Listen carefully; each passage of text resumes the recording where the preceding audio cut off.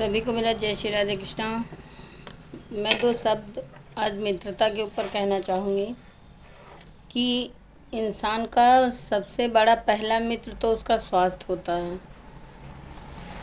अगर स्वास्थ्य अच्छा है तो हर चीज़ अच्छी लगती है।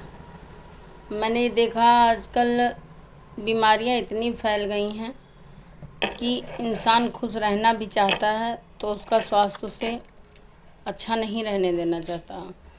लेकिन सबसे पहले तो खुद का ख्याल रखो।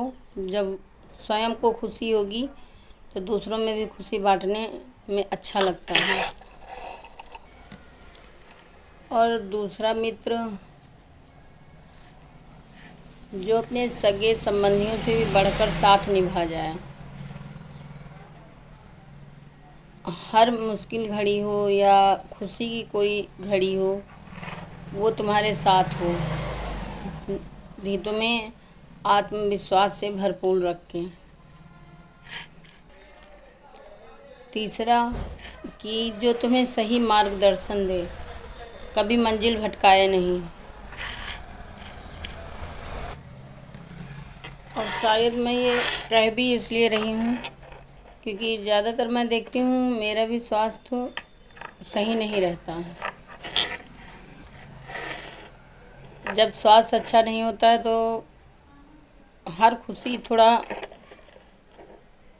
अजीब जैसी लगती है कि खुशी में भी खुश होना नहीं अच्छा लगता, क्योंकि इतना टेंशनाइज वैसे भी हो जाते हैं सब कि बताओ सब कुछ अच्छा होते हुए भी मेरे पैरों में कुछ दिक्कत आ जाती है तो मैं बहुत बीमार हो जाती हूँ उसके लिए। आज मुझे बहुत ज़्यादा दिक्कत हो रही है, इसीलिए मैं कुछ यही कहना चाहती हूँ कि ईश्वर सबको स्वस्थ रखे, क्योंकि स्वास्थ्य ऐसी चीज़ है कि अगर सही नहीं है तो इंसान न जाने कौन कौन सी कल्पनाएं करता रहता है। क्योंकि मैं अपने घुटनों से इतना परेशान हो गई थी आज के 2-3 साल पहले कि मुझे लगता ही नहीं था कि वो मेरे कभी सही होंगे। पर कान्हा जी की कृपा है, शायद हो सकता है कोई अच्छे पुण्य हो जिसकी वजह से सही भी हो गए। लेकिन फिर वो जगह जो चीज़ बना लेती है वो कभी ना कभी तो विकराल रूप रखना ही होता है। आज मुझे इतनी प्रॉब्लम है कि मैं समझ लो चलने में भी दिक्कत हो रही है।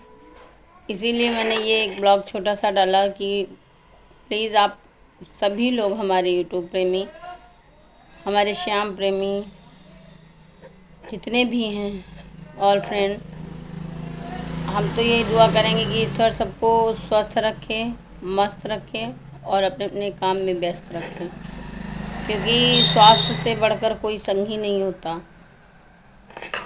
हर वक्त पर हर कोई नहीं खड़ा हो सकता, इसलिए आप लोग अपना खुद का ध्यान रखना सीखें, क्योंकि जीवन में कुछ पल ऐसे आते हैं जहां हमें वाकई में किसी के सहारे की आवश्यकता होती है। और उस समय जब हमें कोई साथ में नहीं दिखाई देता तो ये होता ना, अपना भी आत्मविश्वास थोड़ा डगमगाने सा लगता है। लेकिन ईश्वर कभी किसी के साथ भी ऐसा नहीं करते जैसे जिससे उसके उद्देश्य में ज़रा सी भी अनबन हो। इसलिए भाई बहन माता सभी लोग अपने अपने स्वास्थ्य और खाने पीने का बहुत ध्यान रखिए। हम लोग तभी अच्छे रहेंगे, एक दूसरे के सपोर्ट में भी रहेंगे जब सब लोग अच्छे रहेंगे। शायद आज मैं दुकान पे आई हूँ तो यही सोच के एक छोटा सा ब्लॉग बनाया है, क्योंकि वाकई में कभी कभी ऐसा लगता है कि अब वो चीज़ें पहले वाली रही नहीं गई। ना तो हमारे पहले वाले बुज़ुर्गों जैसा खाने पीने की व्यवस्थाएं रह गई। वो शुद्ध खाना, देसी घी, हर चीज़ में तो आजकल मिलावट है। तो कहाँ से स्वास्थ्य भी अच्छा रहेगा। इसलिए भाई हम शायद खुद का ध्यान नहीं रख पाए हैं, इसलिए ये प्रॉब्लम मुझे होती रहती हैं। लेकिन आप लोग ज़रूर अपना अपना ध्यान रखिए। मुझे तो बहुत दिक्कत हो जाती है, जब चलने में प्रॉब्लम हो जाती है तो समझ लो ज़िंदगी का थोड़ा सा समय जैसे मेरे लिए रुक सा जाता है।